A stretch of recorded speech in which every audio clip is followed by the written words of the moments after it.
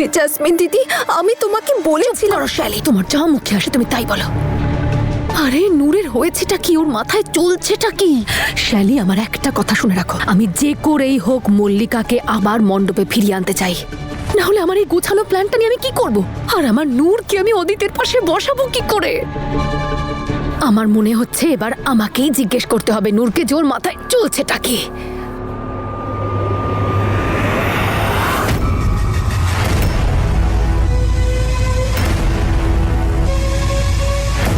Sorry sorry jasmine দিদি, sorry sorry sorry jasmine দিদি, ক্ষমা করে দাও। দেখো, নূরের সামনে তুমি এখন যেও না, যদি ও তোমাকে দেখে তাহলে গন্ডগোল হয়ে যাবে। সত্যি বলছি, ঈশান গেছে তো মল্লিকাকে খুঁজতে, ও ঠিক নিয়ে। আরে ঈশান গেছে, কিন্তু এখনো ফিরে তো আসেনি। ঈশান গেছে মল্লিকাকে নিতে। আমি তো কিচ্ছু বুঝতে পারছি না আমি করবোটা কি। এদিকে আমি নূরের জন্য এত কষ্ট করছি, দেখা গেল যে ও নিজে যে ডালে বসে আছে সেই ডালি কেটে ফেললো। বুঝতে পেরে গেছি কি, এবার যতক্ষণ না মল্লিকা এখানে পৌঁছচ্ছে আমাকে বিয়েটা ডিলে করার চেষ্টা চালিয়ে যেতে হবে। ঈশানের ফোনও সুইচ অফ।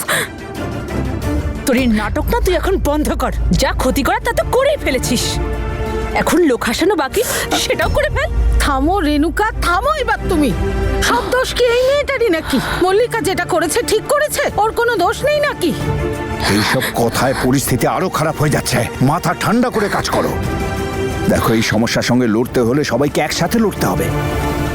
আর একটা কথা, আমাদের এই সমস্যার কথা ওদের কানে যেন কোনোভাবেই না পৌঁছয়, না হলে পরিস্থিতি কিন্তু জটিল হয়ে যাবে। সেই জন্য সবাই মাথা ঠান্ডা করে কাজ করো, বুঝেছো? দাদু, দিদা, ঈশান আর মল্লিকার না ফোন লাগছে না। আমি নিজে গিয়ে দেখে আসছি ওরা দুজন কোথায় গেল। ঠিক আছে, আমি আমার কথা শোন। এখন যাওয়াটা ঠিক হবে না। এভাবে এক এক করে সবাই চলে গেলে লোকজনের সন্দেহ হবে। এমনিতেও কতবার ওরা ঈশানের কথা জিজ্ঞেস করেছে। হ্যাঁ রে মা, তোর দিদা একদম ঠিক কথা বলেছে। তুই এক কাজ কর, তুই নূরের কাছে যা মা। হ্যাঁ রে মা, একটু পরে তুই আর শেলি নূরকে তৈরি করে মণ্ডপে নিয়ে আসিস। ততক্ষণ আমরা এদিকটা সামলানোর চেষ্টা করছি। আমি ঠাকুর মশাইকে বলে বিয়ের গোছগাছ শুরু করাই। আর হ্যাঁ, এভাবে আসিস না, মুখটা ঠিক করে আসিস।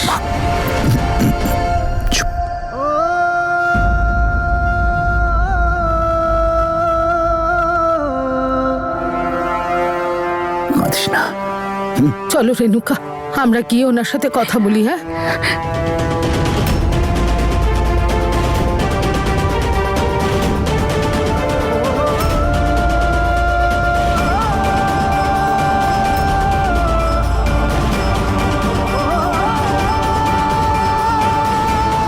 এবার সময় এসে গেছে দ্বিতীয় অ্যাটাকটা করার। এইবার নূরের দ্বিতীয় হাতিয়ার। শুভ লগ্ন শুরু হতে চলেছে, এবার তবে শুরু করা যাক। অবশ্যই পুরোহিত মশাই। প্রিন্স, নিখিলকে কেন? আমার না খুব অদ্ভুত লাগছে, দুই পরিবারের কেউই নেই। আমার তো মনে হচ্ছে নিশ্চয়ই কোনো গন্ডগোল আছে। যখন বরযাত্রীরা ভেতরে ঢুকছিল কনের ভাই বেরিয়ে যাচ্ছিল। সত্যি বলছি দাদা, নিজের চোখে দেখেছি। হ্যাঁ, কিছুতে একটা গন্ডগোল আছে। এদিকে ছেলের বাড়ির লোক চিন্তায় আছে, ওদিকে সন্ধুরা চিন্তায় আছে, শুধু নূরকে দেখেই শান্তিতে আছে মনে হচ্ছে। ব্যাপারটা চলছে কি আমাকেই ফিগার আউট করতে হবে। আমাদেরকে রেণুকা দেবীর সঙ্গে কথা বলতে হবে।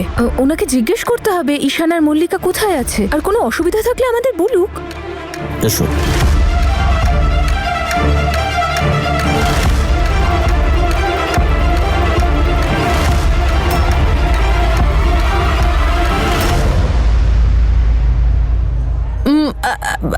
আসলে দিদি, মল্লিকা না আরো খানিকটা সময় লাগবে। আসলে ওর ড্রেসটা নিয়ে কিছু সমস্যা হয়েছে, সেই জন্যই আর কি। ও এক্ষুনি চলে আসবে, ওই এলো বলে। হ্যাঁ, না না, আপনি একটা কাজ করুন, ওকে ডাকুন। দেরি হয়ে যাচ্ছে, পুরোহিত মশাই বলছেন। নিন, এসে গেছে আমাদের মেয়ে।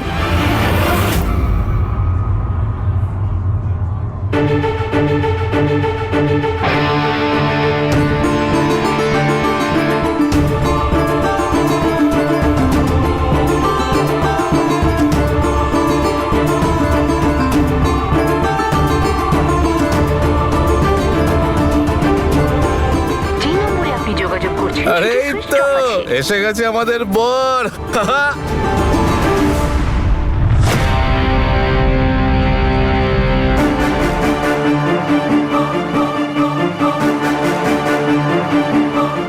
জিজ্ঞেস করতেই হবে একে যে কি করেছে ও মল্লিকার সাথে, কোথায় উধাও করে দিল ওকে। ঈশান ফোন তোল। এবার সময় এসে গেছে আমার দ্বিতীয় অ্যাটাক করার। এইবার নূরের হাতিয়ার।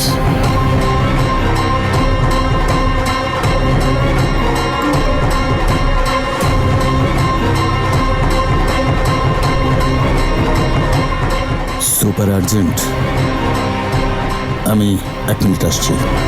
তুমি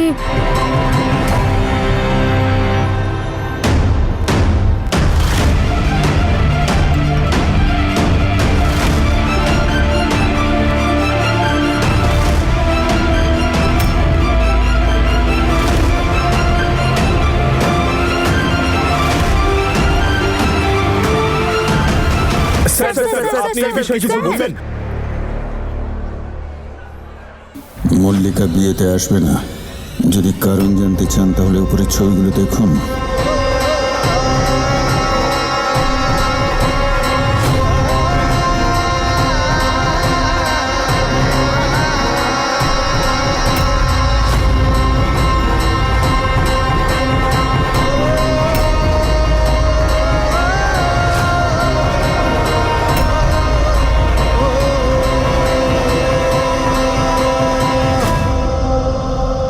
আর কিছুক্ষণের মধ্যেই বর এবং কনে মণ্ডপে চলে আসবে। দেখতে থাকুন এসসি চ্যানেল সব সময়ের আপডেটের জন্য।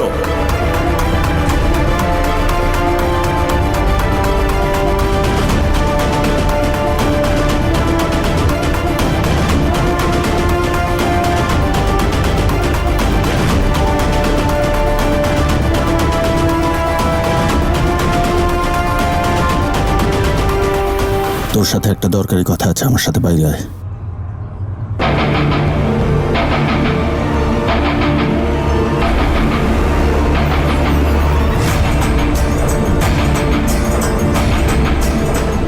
মল্লিকা আর অদিতের বিয়ে ক্যান্সেল। বাহ, এই না হলে কথা।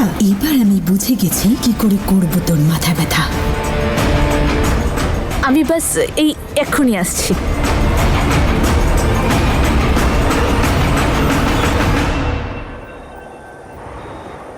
কি হলো ড্যাড, কোনো প্রবলেম হয়েছে?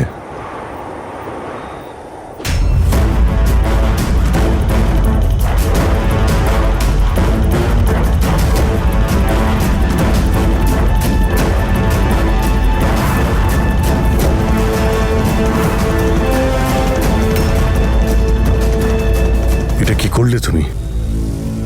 বলবে তো কি হয়েছে?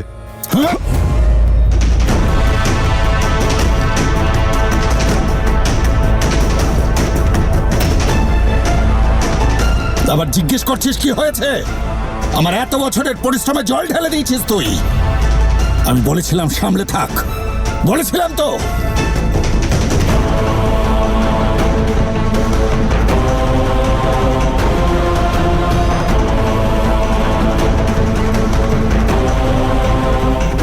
তাকাচ্ছিস কি? চোখ নিচু কর। তুমি বলবে কি হয়েছে? তুমি আমাকে এতবার মারছো কেন? পারলে তোকে গুলি করতাম আমি। আরে আমি কি করেছি কি? দেখাবো কি করেছিস তুই। এই দেখ কি করেছিস তুই, দেখ।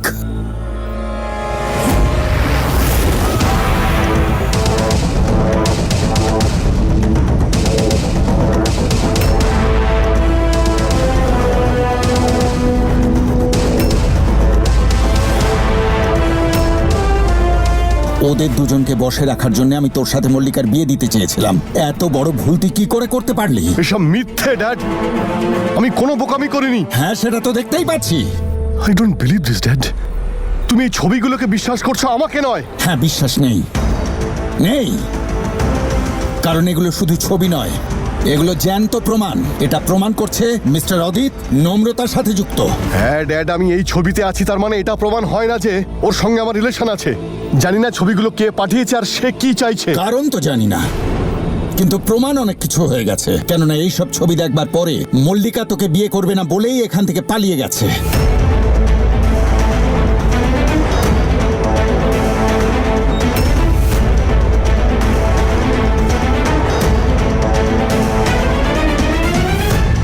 তার মানে এই ছবিগুলো তোমাকে মল্লিকাই পাঠিয়েছে। সেটা জানি না কে পাঠিয়েছে, কিন্তু এইসব ফটো দেখেই ও চলে গেছে। আন্টি, আন্টি, কে জানে কার কুদৃষ্টি পড়েছে আমার সন্তানদের খুশির ওপর। আন্টি, তুমি প্লিজ এরকম বলো না। ঈশান মল্লিকাকে নিয়ে এক্ষুনি চলে আসবে। প্লিজ প্লিজ তুমি। আজ যদি মল্লিকা আর অদিতের বিয়েটা না হয় না, তাহলে তো সব মিথ্যেগুলো সত্যি প্রমাণিত হবে।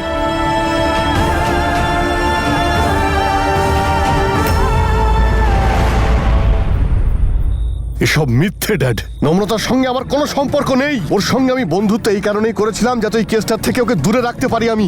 দেখো ড্যাড, ওকে আমি মল্লিকার বন্ধুর থেকে আর বেশি কিছুই ভাবি না। তুই কি আমায় এতটাই বোকা বলে মনে করিস? হ্যাঁ, তুই কি ভাবছিস যে এই সমস্ত ছবিগুলো সবই ফেক ছবি?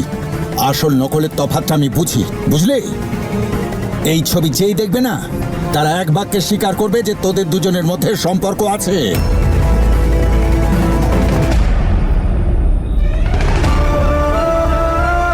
প্লিজ কিছু করো ওপরওয়ালা, প্লিজ আমাকে এই প্রবলেম থেকে বের করো। আজকে যদি মল্লিকা না আসে না, তাহলে কে জানে কি হবে। নম্রতা, শিগগিরই আয় মা।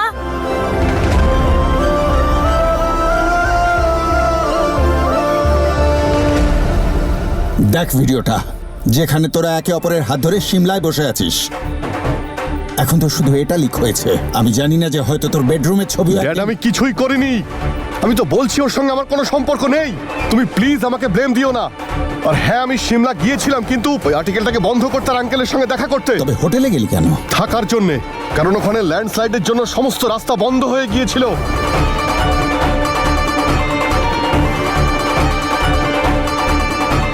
ড্যাড, এই ছবিগুলো অন্য নাম্বার থেকে এসেছে, তার মানে হলো নিশ্চয়ই তোমাকে কোনো মিডিয়ার লোক পাঠিয়েছে এগুলো। টেনশনটা এখানেই, কারণ এটা এখনো শুধু আমরাই দেখেছি।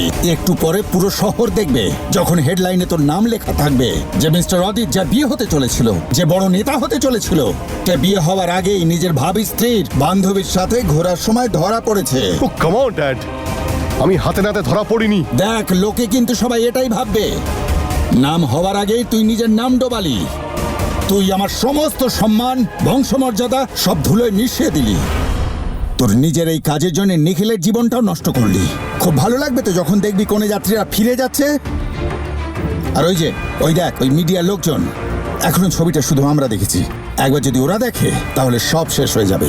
কে যেন হয়তো দেখতে পেয়ে গেছে, কোনো ভরসা নেই, হয়তো ওদের মধ্যেই কেউ পাঠিয়েছে।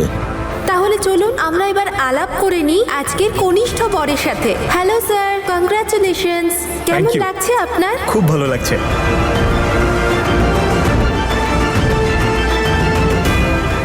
আমি তোকে বলেছিলাম, পলিটিক্সে পার্সোনাল চয়েস বলে কিছু থাকে না। শুধু চেয়ারের কথা ভাব, নিজের ইচ্ছে কিচ্ছু হয় না। যখন আজকে তোর বিয়ে মল্লিকার সঙ্গে ঠিক হয়েছিল, তাহলে তোর এসব করার কি দরকার ছিল নম্রতার সাথে? এসব বাজে কথা ড্যাড। আর আমি তো বারবার বলছি যে আমি কিছুই করিনি। আমি নম্রতার সঙ্গ দিয়েছিলাম যাতে আর্টিকেলটা না ছাপা হয়, দ্যাটস ইট। আমি সত্যি বলছি যে আমি যা কিছু করেছি তোমার জন্যই করেছি ড্যাড। তোমার যাতে ক্ষতি না হয় সেটাই ভেবেছি। দেখো, তুমি ওই ম্যাডামের সঙ্গে মিলে যে মৃত্যুর তাণ্ডব করেছো, তাতে ওদের পুরো পরিবারটাকে তুমি শেষ করে দিয়েছো। তারপরে ঈশানের বাবার মার্ডার, যাতে এইগুলো গোপন থাকে সেজন্যই সব করেছি। একদম চুপ কর। প্রত্যেকবার তুমি চিৎকার করে কথা বলবে না। গলাটা নিচু কর। নিজের বাবার সাথে এইভাবে কোনোদিন কথা বলবি না।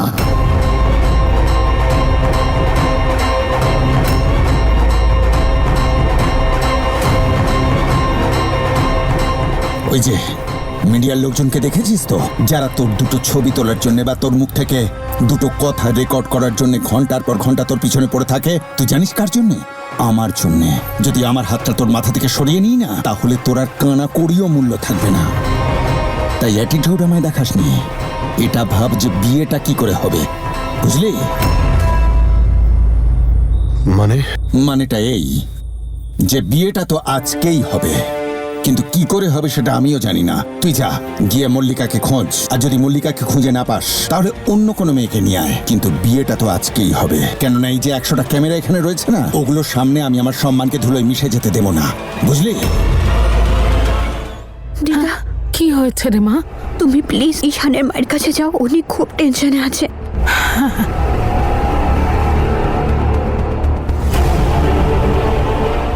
দাদু, এসব কি হচ্ছে? তুই চিন্তা করিস না রে মা। আসলে কি জানিস, জীবন এমন কিছু ঘটনা ঘটে যা আমাদের ভাবনার বাইরে থাকে।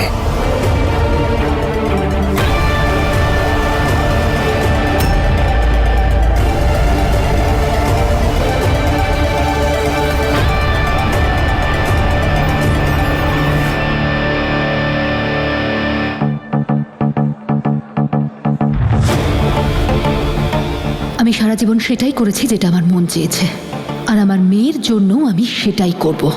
আজ নূরের বিয়ে হবে শুধু অদিতের সঙ্গেই। তার জন্য আমাকে পৃথিবী ওলটপালট করতে হলে আমি তাই করব। আমি তোকে 10 মিনিট সময় দিচ্ছি। 10 মিনিটে কোনো একটা মেয়েকে নিয়ে আয়, আর তাকেই তুই এখন বিয়ে কর।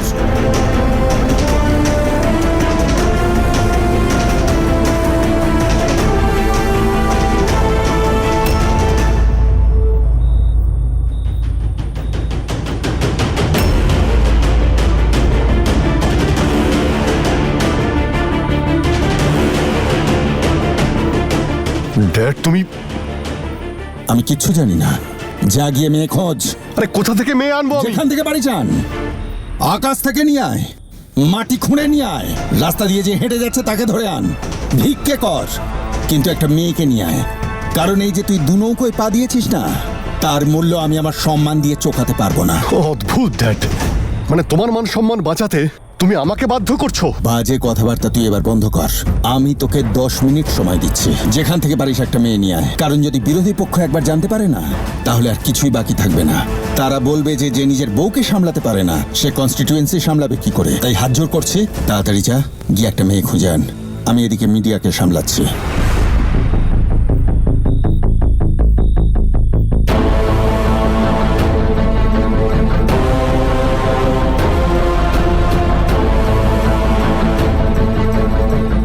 বুঝতে পারছি না এই কাজটা কে করেছে, এইসব ছবিগুলো কে পাঠিয়েছে। যে এই নোংরা কাজটা করেছে আমি তাকে ছাড়বো না। এবার আমি মেয়ে পাবো কোথায়?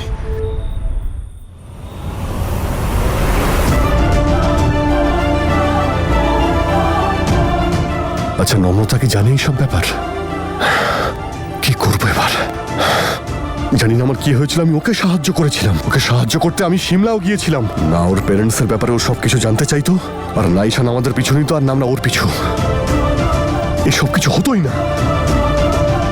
পুরোহিত একটা পুজো করছেন, তারপর বরকনে আসবে। আপনারা একটু অপেক্ষা করুন, কিছু খাওয়া দাওয়া করুন। শোনো, প্রিন্স? না না না না, হ্যাঁ দাদা বলুন। বেয়ামশাই, ওনাদের নিয়ে যান, একটু খাওয়া দাওয়া করান। হ্যাঁ হ্যাঁ অবশ্যই, আসুন চলুন।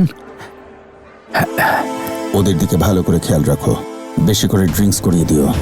কারণ একটু পরে এখানে যে গন্ডগোলটা হবে না, সেটা বাড়িতেই থাকবে, মিডিয়া ছড়াতে পারবে না। কি ব্যাপার দাদা, সব ঠিকঠাক তো? কোনো সমস্যা হয়েছে নাকি? যেটা বলছি সেটাই করো, যাও। ঠিক আছে।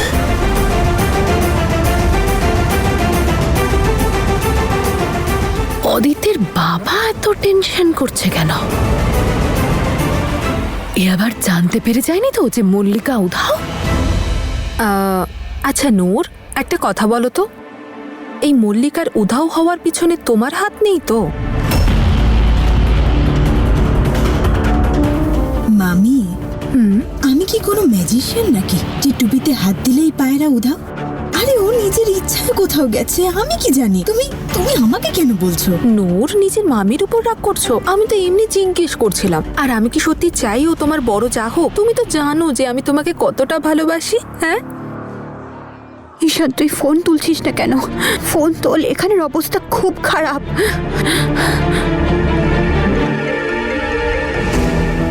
আরে এই মাসিও না সত্যি সব সময় অসময়ে ফোন করে, এনার টাইমিংটাই বাজে। দাঁড়াও আমি কথা বলে নি। হ্যাঁ মাসি বলো। হ্যাঁ মাসি। তুমি হলে কনের মামি, আর কনের মামিদের কাজ করতে হয়। বসে বসে কনের সাথে পিএনপিসি করে না, সোজা হয়ে দাঁড়িয়ে কাজগুলো শুরু করো। আমি আসছি, আমি আসছি।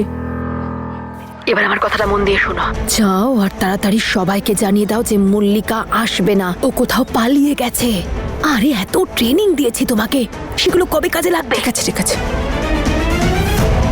ফিল্ম দেখানোর প্ল্যানটা তো আমার ছিল, তাহলে অদিতির বাবা টিকিট বিক্রি করছে কেন? ও আবার নিজের কোনো সিনেমা আমাদের দেখাবে না তো? দিদা, যদি মল্লিকার আসতে দেরি হয় তাহলে নিখিল আর আমার বিয়েটা শুরু হোক না। কি বলছিস কি তুই মা? বড় ছেলে থাকতে ওরা ছোট ছেলের বিয়ে কি করে দেবে? একটু ভেবে কথা বল। আচ্ছা কাকিমা, কাকা, আমার না খুব টেনশন হচ্ছে, সত্যি বলছি। আমার তো মনে হচ্ছে না মল্লিকার বিয়েটা হবে, কারণ ও তো এখানে নেই। আর সত্যি বলছি, আমার মনে হচ্ছে না যে ও ফিরে আসবে।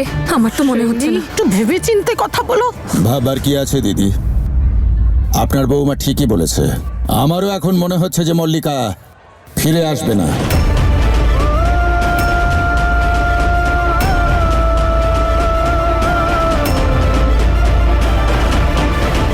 এত কনফিডেন্টলি কি করে বলছে যে মল্লিকা আর আসবে না? যদি আসার হতো আগেই চলে আসতো। আমার মনে হচ্ছে ও জেনে বুঝেই চলে গেছে।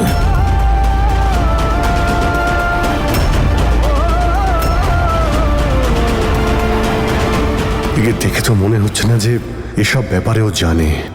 না না দাদা, এমন কথা বলবেন না আপনি। মল্লিকা এখনই চলে আসবে, ঈশান তোকে আনতে গেছে। এই এখনই চলে আসবে। দিদি, 2 ঘন্টা কেটে গেছে, ঈশান্ত এখনো ফোন করেনি, আর দুজনে ফোন ধরছেই না।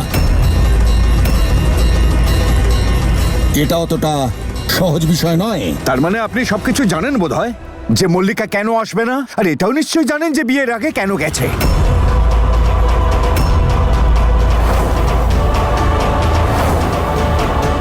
আরে ফটোগুলো দেখান না, দেখান সবাইকে এরা দুজন কি করেছে। আরে আমি কি করে জানবো? এই কথাটা তো ঈশান আর উনি আমায় বলবেন, কিন্তু ঈশানকে তো পাওয়াই যাচ্ছে না। আরে ওদের পালানোর আগে এটা অন্তত ভাবা উচিত ছিল যে অদিত বিয়ে করতে আসছে, সে যদি বিয়ে না করে ফিরে যায় লোকে কি বলবে। কিন্তু না, ওরা না আমাদের কথা ভাবলো না আপনাদের।